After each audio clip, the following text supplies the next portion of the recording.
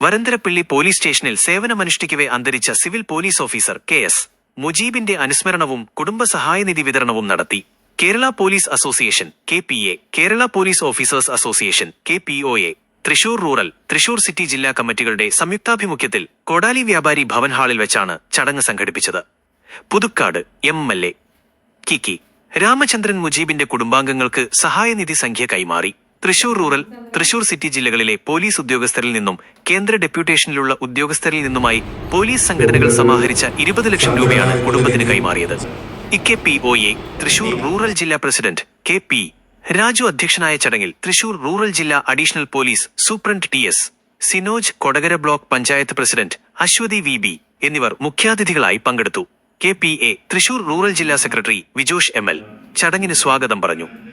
KPOA Thrissur rural ജില്ലാ secretary Siljo VU, KPOA Thrissur city treasurer Durgadas, KPA Thrissur city ജില്ലാ president Sajeevan NS, KPA rural ജില്ലാ president Pratheesh C, KPA സംസ്ഥാന നിർവാഹക സമിതി അംഗം മധുസൂദനൻ CG എന്നിവർ അനുസ്മരണ പ്രഭാഷണം നടത്തി.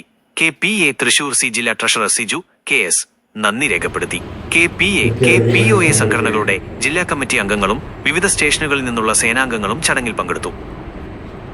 Additional Superintendent of Police Sri Sinoj,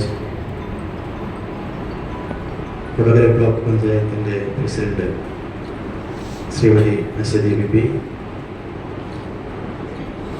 police officers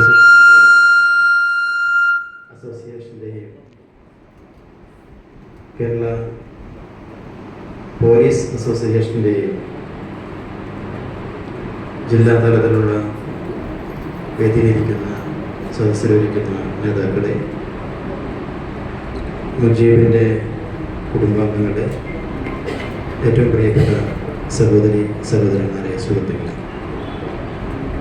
ഇവിടെ അധ്യക്ഷനും സ്വാഗത പ്രസംഗത്തിലും അനുസ്മരണ പ്രഭാഷണത്തിലുമൊക്കെ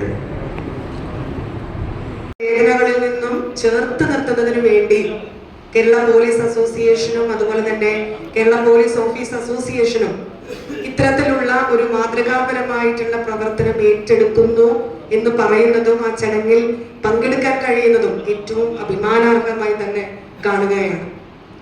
കാരണം ഒരു കുടുംബത്തെ ചേർത്ത് നിർത്തുന്നതിന് വേണ്ടി അവരുടെ സഹപ്രവർത്തകരെല്ലാം തങ്ങളെ കൊണ്ടാകുന്ന രീതിയിൽ ഒത്തുചേർന്ന് മാന്യമായിട്ടുള്ള ഒരു തുക അവർക്ക് കൈമാറുകയാണ്. ആ കുട്ടികൾക്ക് പഠനാവശ്യത്തിനും മറ്റ് ഭാവിയിലേക്കും കരുതലായി വെക്കാവുന്ന ഒരു മാന്യമായിട്ടുള്ള തുക തന്നെയാണ് പോലീസ് അസോസിയേഷൻ സംഘടന ഏറ്റെടുത്ത് മുന്നോട്ട് കൊണ്ടുവന്നിട്ടുള്ളത്. ഞാനും ഒരു പോലീസ് കുടുംബത്തിൽ നിന്ന് തന്നെ വന്നതാണ്.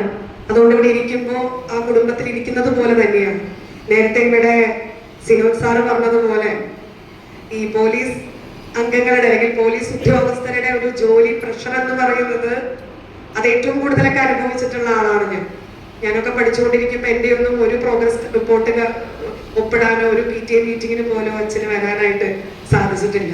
അത്രയും സ്കോപ്പില്ലാത്തൊരു വേദിയാണിത്. എന്നിരുന്നാലും ചില കാര്യങ്ങൾ ആലോചിക്കുമ്പോൾ നമ്മൾ മാത്രമുള്ളൊരു വേദിയിൽ പോലീസ് ഉദ്യോഗസ്ഥരുടെ വിയോഗം മാത്രമല്ല ചർച്ച ചെയ്യപ്പെടുന്നത്. ശരിക്കും ആയുർ ദൈർഘ്യം കേരളത്തിൽ കൂടിക്കൊണ്ടിരിക്കുന്നത് പറയുമ്പോൾ പോലീസ് സേനയിലുള്ള ഉദ്യോഗസ്ഥരുടെ എണ്ണം എടുത്തു കഴിഞ്ഞാൽ അവരുടെ ആയുർ ദൈർഘ്യം കുറഞ്ഞു വരുന്ന ഒരു പ്രതിഭാസമാണ് ഞാൻ മനസ്സിലാക്കിയിട്ടുള്ളത്. അപ്പം അതിന് സാക്ഷരത കൂടിയതുകൊണ്ടായിരിക്കും മറ്റു കാര്യങ്ങൾ എന്താണെന്ന് അന്വേഷിക്കാൻ ഇതുവരെ പ്രത്യേകിച്ചൊരു ദൗത്യമൊന്നും ഇതുവരെ ഉണ്ടായിട്ടില്ലെങ്കിലും കേരളം സാക്ഷരത കേരളമാണ്.